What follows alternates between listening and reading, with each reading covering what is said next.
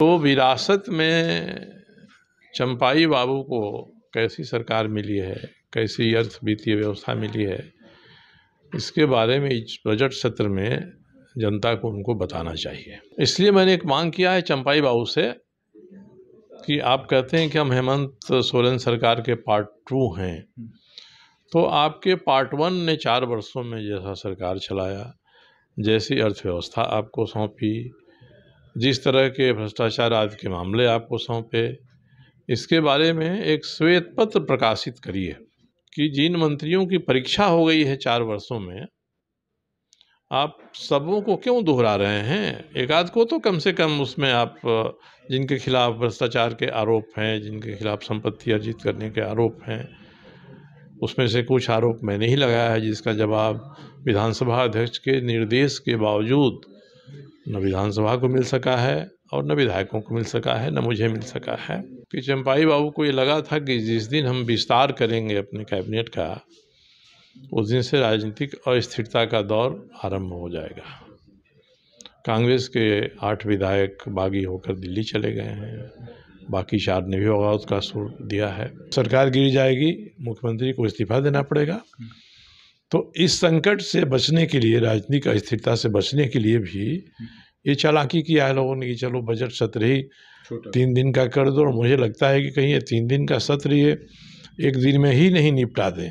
एक मुख्यमंत्री हैं, नेक हैं, शरीफ आदमी हैं, संतुष्ट रहते हैं, जिसने कांग्रेस की बगावत उनके लिए जो भी किया उसके लिए, तो ये तो अच्छे व्यक्ति हैं।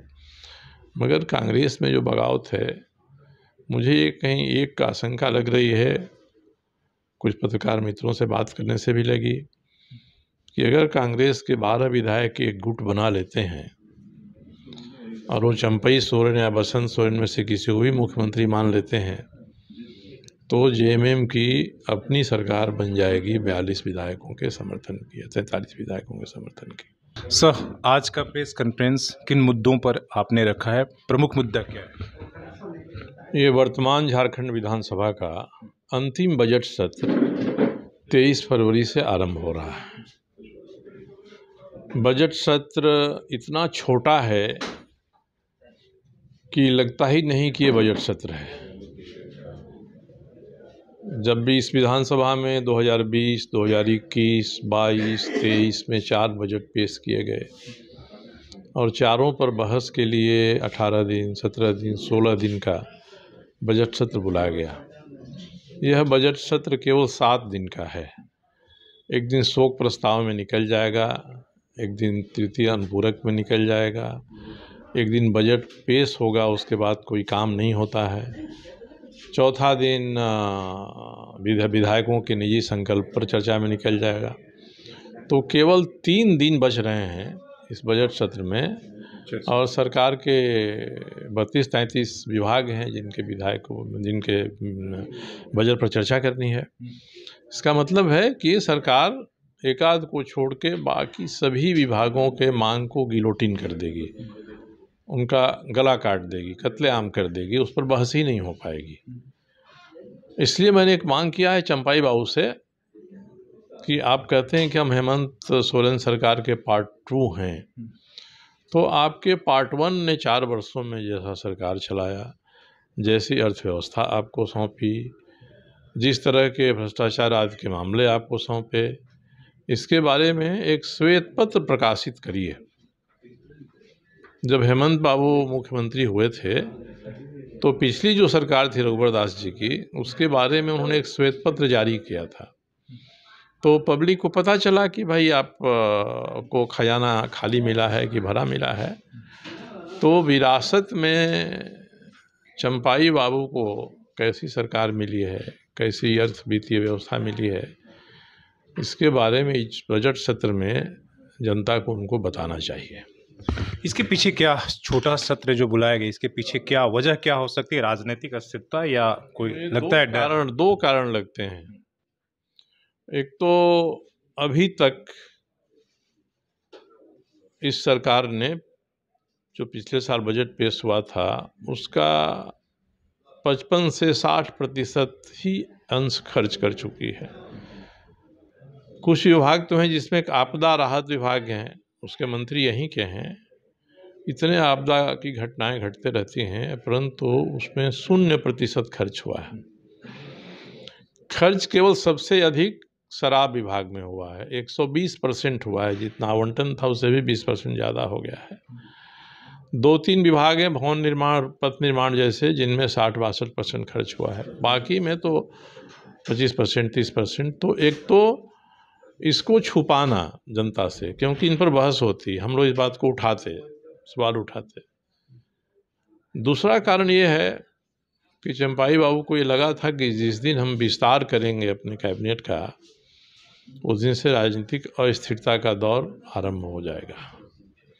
कांग्रेस के 8 विधायक बागी होकर दिल्ली चले गए हैं, बाकी 4 ने भी बगावत का सुर दिया है।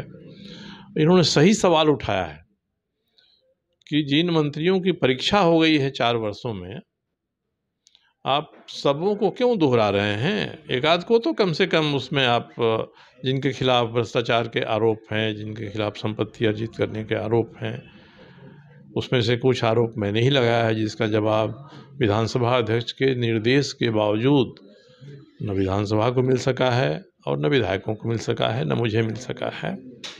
इसके कारण मुझे मानहानि का मुकदमा भी झेलना पड़ा, और मानहानि का ऐसा मुकदमा जो लोअर कोर्ट में खारिज हो गया, अपर कोर्ट में अपील हुई, तो जिसने मुकदमा किया वो अपना बयान ही दर्ज कराने के लिए वहाँ पर नहीं जा रहा है कि मैंने क्यों मानहानि का मुकदमा किया है। इसके बाद और 3 मुकदमे हुए हैं। एक मुकदमा में डीएसपी ने सुपरविजन रिपोर्ट में लिख दिया है कि इनके विभाग का, जो स्वास्थ्य विभाग का गोपनीय कहे जाने वाले पन्ने फाइल से गायब हुए हैं। और 4 साल में मैंने केवल हेमंत सोरेन सरकार के भ्रष्टाचार के मामले ही नहीं उठाए हैं, उनके पहले जो सरकार थी उसके भ्रष्टाचार के मामले भी मैंने उठाया है, उस पर भी सरकार ने कोई कार्रवाई नहीं किया है। ये सारी चीज़ें, सारी बातें आती सवालों के डर से, मतलब सवालों के डर से। एक तो इन्होंने सत्र छोटा किया, राजनीति का स्थिरता है, क्योंकि बजट सत्र में प्रत्येक दिन 1 या 2 या 3 विभागों के बजट पर चर्चा होती है, और अंत में सरकार वोटिंग के लिए सामने रखती है, उसको पास करना पड़ता है प्रत्येक दिन। और पास अगर नहीं होगा, संख्या पूरा नहीं रही, तो सरकार गिर जाएगी, मुख्यमंत्री को इस्तीफा देना पड़ेगा।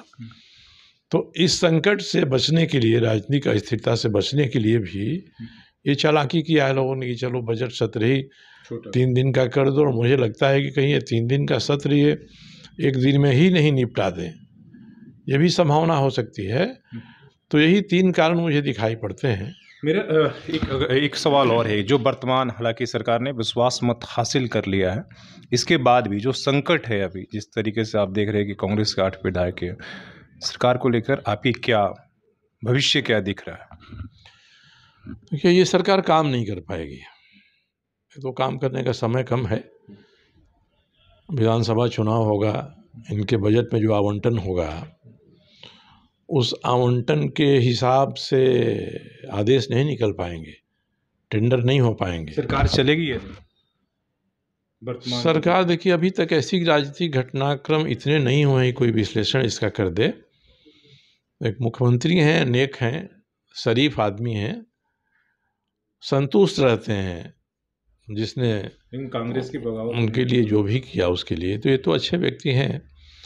मगर कांग्रेस में जो बगावत है, मुझे ये कहीं एक आशंका लग रही है, कुछ पत्रकार मित्रों से बात करने से भी लगी, कि अगर कांग्रेस के 12 विधायक एक गुट बना लेते हैं और वो चंपई सोरेन या बसंत सोरेन में से किसी को भी मुख्यमंत्री मान लेते हैं, तो जेएमएम की अपनी सरकार बन जाएगी 42 विधायकों के समर्थन की, 43 विधायकों के समर्थन की। ये हो जाता है तो कांग्रेस पूरी तरह से 4-5 विधायकों को लेकर अपनी एक छोटी पार्टी के रूप में इस विधानसभा में रह जाएगी। इस संभावना से इनकार नहीं किया जा सकता है कि जेएमएम अपने खुद की मेजॉरिटी की सरकार बना ले। कांग्रेस के 12 विधायक जाएंगे ही, माले का समर्थन है, ये सब लोगों का समर्थन है। तो ऐसा कुछ संभावना हो सकता है? अब तो 1-2 दिन में कांग्रेस आला कमान क्या रुख अख्तियार करता है अपने विधायकों की मांग के ऊपर, उस पर निर्भर करेगा।